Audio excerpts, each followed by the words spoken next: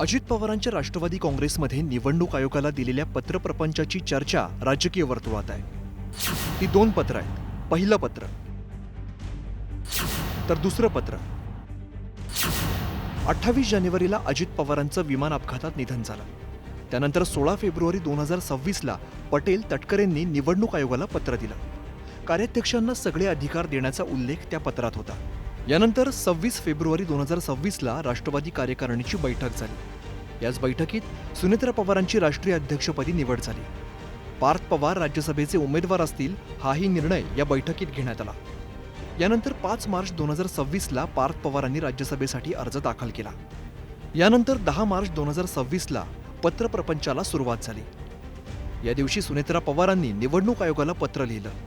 या पत्रात 28 जानेवारी म्हणजेच अजित पवारांच्या निधनाच्या दिवसापासून ते 10 मार्च दरम्यान राष्ट्रवादी काँग्रेसकडून निवडणूक आयोगाला केलेला पत्रव्यवहार ग्राह्य धरू नये असं 10 मार्चच्या पत्रात म्हटलंय। निवडणूक आयोगाला दिलेलं पत्र असेल किंवा राज्यसभेचे उमेदवार म्हणून पार्थदादा पवार यांच्या एबी फॉर्मवर केलेली स्वाक्षरी असेल, हे पूर्णपणे पक्षाच्या घटनेनुसार झालेले निर्णय आहेत।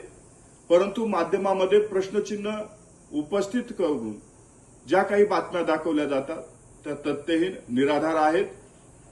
आमच्या पक्षाची प्रतिमा मलिन करण्यासाठी काही लोकांकडून कुटील डाव रचला जातोय, त्याचाच हा एक भाग आहे। पण या पत्रामुळे सुनेत्रा पवारांच्या राष्ट्रीय अध्यक्षपदाच्या निवडीपासून ते पार्थ पवारांच्या राज्यसभा निवडीवरती प्रश्नचिन्ह निर्माण होण्याची शक्यता वर्तवली जात होती। या सर्व पार्श्वभूमीवर सुनेत्रा पवारांनी 10 मार्चला निवडणूक आयोगाला लिहिलेलं पत्र मागे घेतलं जाणार असल्याची चर्चा होती। मात्र राष्ट्रवादी काँग्रेसच्या वरिष्ठ नेत्याने ही चर्चा फेटाळून लावली।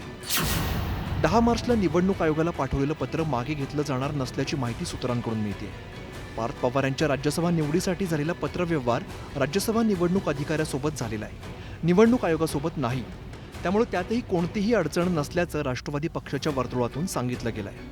राष्ट्रवादी काँग्रेस पक्षाच्या अध्यक्षा सुनेत्रा पवार यांनी जे केंद्रीय निवडणूक आयोगाला पत्र दिलं आहे ते पत्र मागे घेतले जाणार नाही अशी स्पष्टपणे माहिती राष्ट्रवादी काँग्रेस पक्षाच्या एका ज्येष्ठ नेत्याने दिली आहे। महत्त्वाचं म्हणजे 28 जानेवारी ते 26 फेब्रुवारी दरम्यान झालेला पत्रव्यवहार देखील ग्राह्य धरण्यात येऊ नये असं देखील या पत्रात स्पष्ट सांगण्यात आलेलं आहे। त्यामुळे हा पत्रप्रपंच आता कुठपर्यंत पोहोचतो हे पाहणं अतिशय महत्त्वाचं असणार आहे।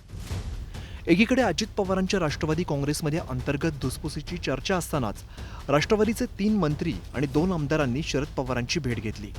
राष्ट्रवादी पक्षामध्ये सध्या सुरू असलेल्या धुसफुशीवरती सुद्धा चर्चा झाल्याचं सूत्रांनी माहिती दिली आहे। शरद पवार यांची राष्ट्रवादी काँग्रेस पक्षाच्या 3 मंत्र्यांनी आणि 2 आमदारांनी भेट घेतल्याची माहिती देखील पुढे आलेली आहे। आणि या भेटीदरम्यान राष्ट्रवादी काँग्रेस पक्षाच्या दरम्यान सुरू असलेली धुसफूस यावर गंभीरपणे चर्चा झाल्याची सूत्रांची माहिती आहे। निवडणूक आयोगाला पाठवण्यात आलेल्या 2 पत्रांमुळे अजित पवारांच्या निधनानंतर राष्ट्रवादी काँग्रेसमध्ये नेमकं काय सुरू आहे याची चर्चा राजकीय वर्तुळात सुरू झाली आहे। Bureau report, news 18 Marathi.